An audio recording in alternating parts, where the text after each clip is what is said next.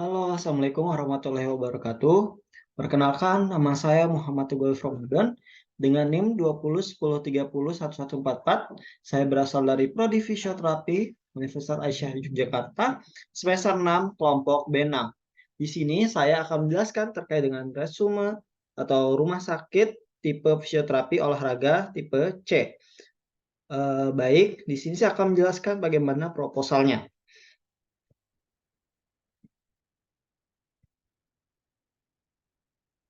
Nah, untuk standar 1,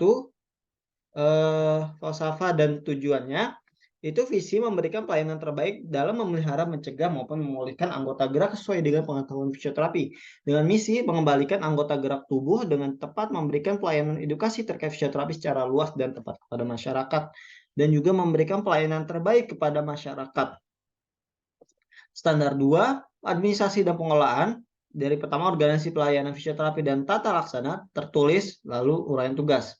Di sini kita lihat kepala rumah sakit yaitu pengatur pekerja atau proses rekrutmen dan menerima kritik saran pelayanan. Akuntan melayani pendaftaran dan pengurusan keuangan pasien, dan rekam medik, pencatat daftar riwayat pasien. Fisioterapis tenaga medis yang melakukan pemeriksaan dan tindakan fisioterapis. Fisioterapis olahraga ya tenaga medis yang bertugas untuk tindak lanjut keluhan pasien mengarah pada olahraga. Dokter muskular tenaga medis yang bertugas untuk tindak lanjut keluhan pasien mengarah ke tulang. Apoteker tenaga medis yang bertugas ketika ada resep penunjang pengurang rasa sakit. Keamanan karyawan yang bertugas sebagai satpam untuk mengamankan dan memberitahu alur di rumah sakit. Kebersihan karyawan yang membersihkan ruang klinik agar tetap terlihat rapi dan nyaman. Untuk seperti ini mungkin struktural atau organisasi dari rumah sakit tipe C pada tipe olahraga. Nanti kepala rumah sakitnya ada Dr. Wayan Suwata, admin keuangan Adi Suherman sarjana akuntansi, pelayanan medis turun ke pemeriksaan tindakan fisioterapi dengan alat pendaftaran, rekam medik Elita Suharti sarjana rekam medik, keuangan Endang sarjana akuntansi, dengan spesialis ada dua yaitu muskuloskeletal Dr. Jaya Kusuma spesialis ortopedi, dengan olahraga Sidik sarjana fisioterapi AIFO, terus penunjang medisnya apoteker farmasi Nawir sarjana farmasi. Untuk keamanan dan kebersihannya Satpam Hairul dan petugas kebersihan Jumatul. Asesmen dan intervensinya. Baik, untuk asesmennya bisa dilihat seperti ini contoh asesmen dari fisioterapi itu sendiri. Yang kedua, untuk fisioterapinya bisa dilihat contoh formulirnya, rujukan masuk pelayanan fisioterapi, contoh formulir rujukan keluar pelayanan fisioterapi, dan formulir catatan klinis resume fisioterapi. Untuk pelaksanaannya, beberapa uji dan pengukuran dan pemeriksaan fisioterapi, kapasitas aerobik dan ketahanan aerobik capacity atau endurance. Dua, karakteristik antropometri. Ketiga, kesadaran, perhatian dan kognisi arousal, attention dan cognition. Empat, alat bantu dan alat adaptasi asistif dan adaptive device atau sirkulasi arteri venous limpatik.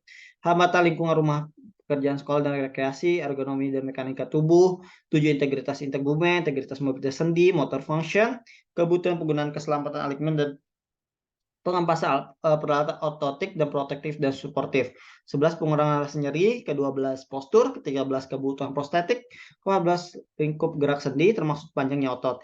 15, integritas refleks dan pemberian diri dan penata laksanaan rumah tangga atau ADL dan IADL.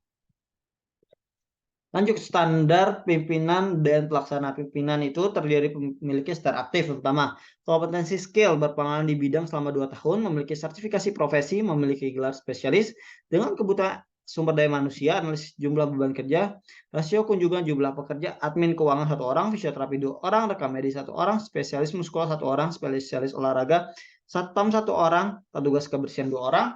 Jumlah kunjungan diperkirakan 14 orang dengan 2 bed dan jumlah jam kerja selama 6 jam per hari dengan libur 1 kali per minggu pada hari Minggu.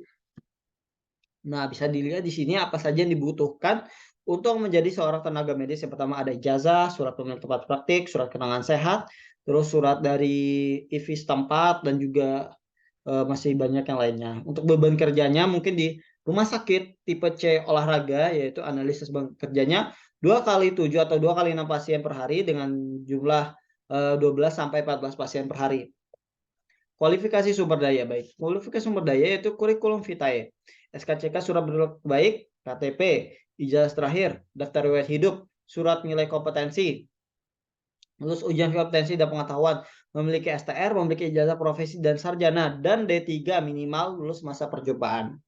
Baik, untuk selanjutnya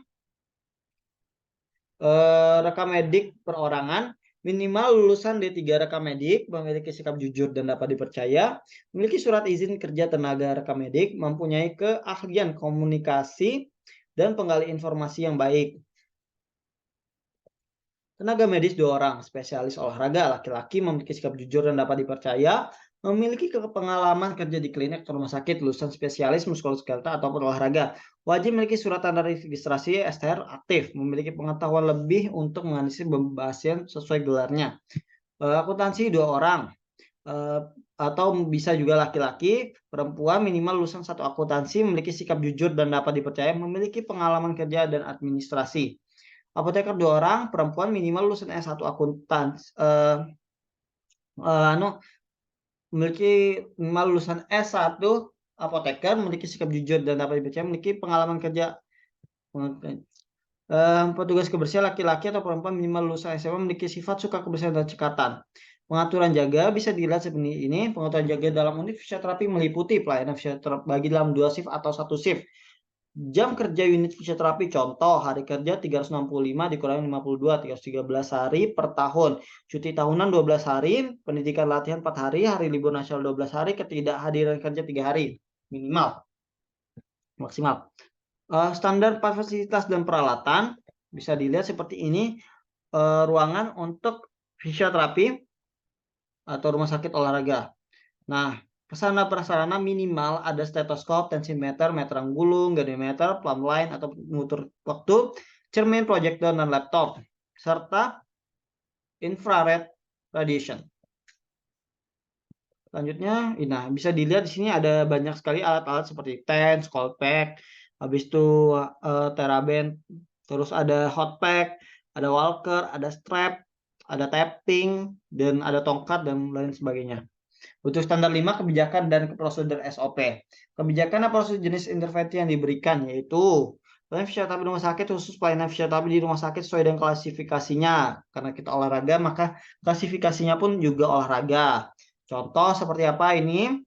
Berapa uji pengukuran fisioterapi, kapasitas aerobik, ketahanan, karakteristik antropometrik, kesadaran, perhatian kognisi, alat bantu dan alat adaptasi, circulation, hambatan lingkungan rumah kerja, ergonomi, mekanika, integritas integumen, mobilitas sendi, motor function, neuromotor, dan integritas sensoris.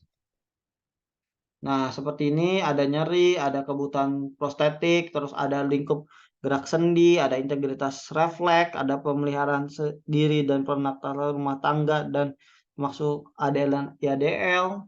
Nah, kepuasan pelanggan. Nah, kepuasan pelanggan ini sesuai dengan anjuran, yaitu berapa kali kita harus melakukan di standar ini, kita berapa kali kita harus mengukur kepuasan atau kita memberikan nilai untuk mengevaluasi suatu rumah sakit tersebut. Nah, judul kepuasan pelanggan, dimensi mutu, kenyamanannya seperti apa, tujuannya, tergambarnya persepsi pasien, lingkungan terhadap mutu pelayanan fisioterapi. Frekuensi pengumpulan data itu 1 bulan, periode analisisnya itu 3 bulan, dengan sumber data survei dengan standar 80 lebih besar daripada 80% dengan penanggung jawab ketua komite mutu tim mutu.